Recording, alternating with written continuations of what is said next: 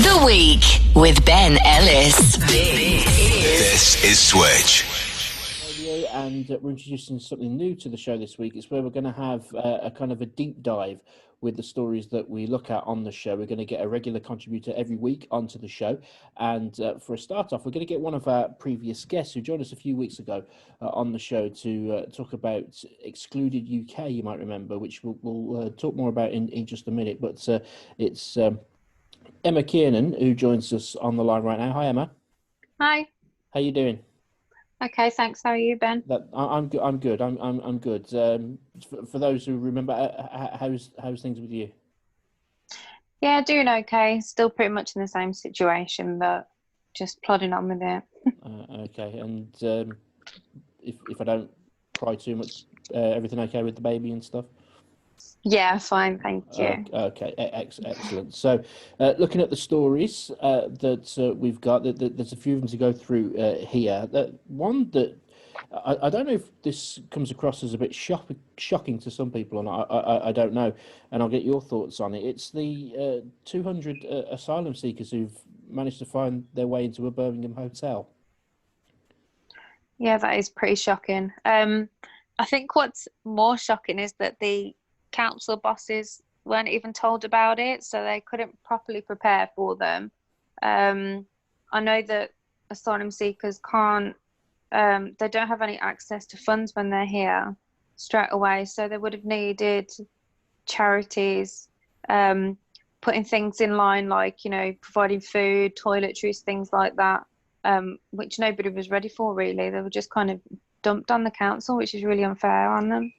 Yeah, I think we have to be careful when we talk about the terms asylum seekers, migrants, refugees. There's lots of different kinds of circumstances with that. But I find it interesting, Emma, and I don't know about your views on this, where we've seen the news nationally over the last couple of days where, there's boats of people trying to get to the UK in the English Channel, and they're being stopped at Dover, and all this is going on. But in the blink of an eye, 200 people have managed to find their way into Birmingham. I just think that's... How was that missed? Yeah, God knows, and especially when loads of flights have been suspended and stuff. So I can't think of any other way that they would have gotten here, really. Mm-hmm. Where do you stand on the whole situation? Do you see this as people who need to come to this country to escape oppression, looking for a better life, or do you take the other view that they shouldn't be here and they should be sent away?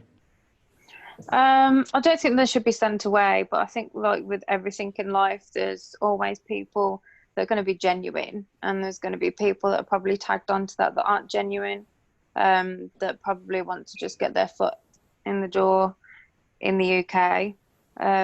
But obviously, if they are fleeing, war-torn places, you've got to feel for them, really. If they're just trying to find safety for their family, it would be the same as if we had to go to a different country. We wouldn't want to be turned away, would we? No, indeed not. And questions are as well, although it may not be directly linked. I mean, there are rules about at the moment sort of quarantine if you come into the UK from certain parts of the world because of the coronavirus, but that may not necessarily be the case here, of course. Like you just said a few minutes ago, it's interesting that the council claimed to have no knowledge of this. Yeah, I don't understand how, really. Not with that amount of people. I mean, 238 is a lot of people to kind of either forget about or misplace or, just remember at the last minute. I'm not too sure how that would have happened. Yeah, we don't know exactly which hotel it is at the time that we are having this conversation. It hasn't been reported. The council claim they don't know. We tried to get in touch with the MP for Ladywood to come onto the show and chat to us, but we got no response as far as that concerned. I don't see this being a story that's going to go away anytime soon, so it's going to be worth keeping an eye on. Something else I want to come to, Emma, as well, and it's something we will be talking about later on the show as well. Is I think this is tragic, that the closure of the breast cancer charity in Alton. It's just literally just around the corner from where I live. It's a really, really sad story. Yeah, it is. I mean, breast cancer charities all do amazing work as it is. But I know that this one in particular has had to pick up, I mean, not just people that have suffered with cancer, but people that have been done wrong by a surgeon who acted terribly towards them. And they have been there to support all of these people, which really is kind of double the trauma, in my opinion. Yeah, I just want to throw in for the sake of that, I wasn't aware of that side of it, so I'm going to say alleged at this point. So Okay. just for clarity, but what you're saying, I understand completely where you're coming from.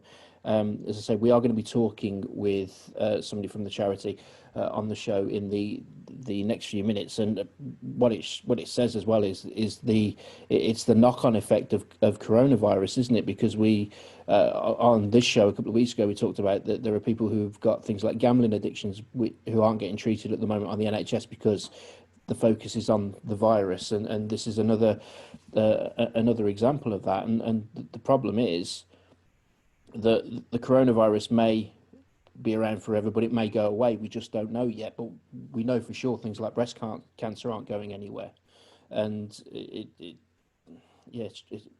I'm quite upset about it. Actually, it's tragic. It is because, you know, not only do they provide financial support, but you can only imagine how people that suffer breast cancer's mental health is. And these people that work for these charities really help these people and really support them. And to have that taken away from them is just so horrible. Yeah, Breast Cancer Haven helped dozens of patients and their families coping with the disease. The visitor centre only opened in 2017, supported by £2.5 million of government funding, and it's closing down. More than 5,000 people have signed a petition, and we will be talking with Deborah Douglas from Borough Support Group Best Friends Solihull a bit later on the show. This story fascinated me. A man who is trying to get a license extension to sell alcohol in Sturchley. Now, I don't know how well you know the Sturchley area. You live in Quinton, is that right? Yeah, I don't really know Yeah, the Sturchley area. don't really know it well. Well, okay, that's I used to work in that area, and Okay. it's okay. It's, you know, like most places that late at night. But this chap, and I'll get the details in just a moment. He's saying he needs to extend his alcohol license to sell alcohol much later, for the sake of his own mental health. And it's okay. All right, never mind trying to help people who may have a bit of problem with their drinking and their own health. But yeah, I just wonder how that is going to go down well with those he's applying to. How would that? I don't know how that would work. I mean, surely there's times restrictions, curfews on things like selling alcohol for a reason. You know, to protect people, probably to protect them from themselves more so. Yeah. But I don't understand how in the world that would work. Yeah, for the sake of balance, I don't think we should ridicule somebody for their own health, or even if it is mental health. But No, of course not. a Sturchley shop owner applying to extend the hours if he can sell alcohol, says he's not doing it for any commercial gain, but for the health of the owner. Eden Manor Supermarket in Sturchley this week had its application to extend its licensable hours heard by the council's licensing committee. I say we will keep an eye on that. Staying with the coronavirus as well, there are worries about a second wave of coronavirus and where we go. We've seen sort of like local lockdowns here or there, and places that are sort of on the map on target for scrutiny or anything where if there's a spike in cases, there will be a local lockdown straight away. One of the places that's on the list is Sandwell. Yes. Now, as we just mentioned, your sort of Quinton way, that's practically on your doorstep. It is. Sandwell, sort of. It's literally one road away Yeah, separates yeah. It's called. where I live to Standwell Yeah, Council. for those who don't know, it's called the New Road. It's a big, long sort of road with a hill on it from sort of Wheelie Castle through Harb and Bearwood and all that. And when you get up to sort of Smethwick and stuff like that, which then come under Samwell. Uh, Yep. so, are you worried about a second wave at all? Yes, I am.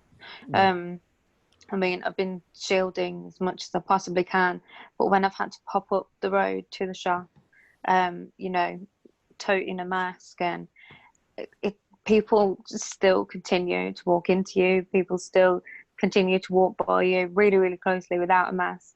I mean, I'm not saying that everybody should or shouldn't. People have got health reasons for not wearing masks, and I know there's a lot of uproar regarding the need to wear them, but people just still aren't socially distant aware. They still keep coming very close to you.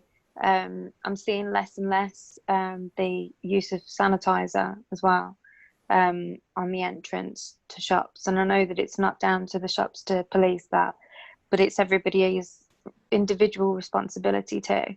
But I think that people have just kind of begin to lack it since lockdown was lifted, and I think that it's going to be very quickly going towards another lockdown. for the whole of Birmingham, you reckon? I don't know. I mean, I think that Sandwell being such a close neighbour, it wouldn't surprise me if it did, because I'm just trying to think of all the overpopulated areas that people have been congregating in, and Birmingham has so many of them.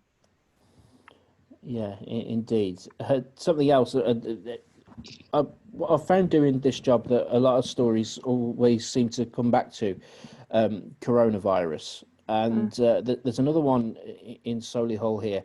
A lot of people seem to get really worried and anxious about mobile phone masts, and there's a lot of I'm going to say crackpot theories around there. One, that the 5G network is causing the spread of coronavirus. And a lot of people aren't particularly happy that there's a new mass going up in Solihull, and there have been threats to burn it down, which obviously is kind of behaviour we cannot possibly condone. Where do you stand on things like mobile phone masts and things like that? I don't understand these people that are coming up with these theories that 5G masts are to blame for coronavirus. I don't know where they're getting the correlation from. But also, if they're going to go around burning down all the masts, how are they going to continue to use their mobile internet? Because if they burn down all the masts, then there's not going to be any mobile internet coverage. Yeah. So particularly if we've all moved to 5G, which is what they're saying we're that's going to it. do. Because a lot of phones now are being sold as 5G ready. So I know that when I got my phone over a year ago, it was 5G ready. So for when they start rolling it out, so eventually all the newer phones are going to have are going to be 5G enabled. So when they start putting up the masts, it will just transfer over straight away. I really don't understand what they think they will actually achieve by burning them all down. Yeah, and just finally, you've kind of half given it away there that you're shielding you with child at the moment, of course, but this whole thing about eating out to help the economy, I don't understand this. I've got to be honest. There's a big thing, isn't there, saying like eat out to help out, or whatever it's called. This campaign. My motto is stay in, don't catch coronavirus. But agreed. But also, the other message that was released the same week was to eat more healthily, to get fit. When they're giving away vouchers to go and fix your bike so you could be on your bike more. It's completely contradictory. But also, if people are worried about going shopping, and a lot of people have been crammed under the same roof, and you've got your mask on when you pop into the shop, it's way higher risk if you popped into Toby Carvery and you're surrounded by 50 people who aren't wearing masks.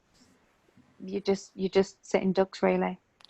Yeah, more than 100 Solihull eateries have signed up to the flagship scheme designed to coax customers back to pubs, cafes and restaurants. Eat Out to Help Out is what it's called, which officially launched this week. Will see scores of borough businesses offering a sizable discount on meals, with the government picking up the bill, which is obviously you're referring to the incentives there. I kind of get the spirit of it. I'm all for that. I'm just too cautious and individual, really.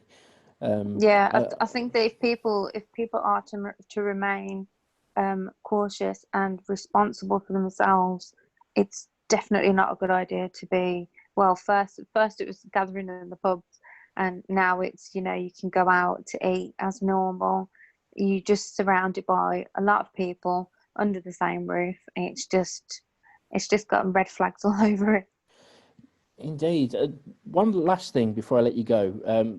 It's not on the list of stories we're going to talk about, but it's just cropped into my head, and it's been talked about sort of all week there. There seems to be, and I don't understand why, a debate between, in September, opening the schools means we have to close the pubs. And so do the pubs have to close in order for the schools to open? Why are those two things even linked? I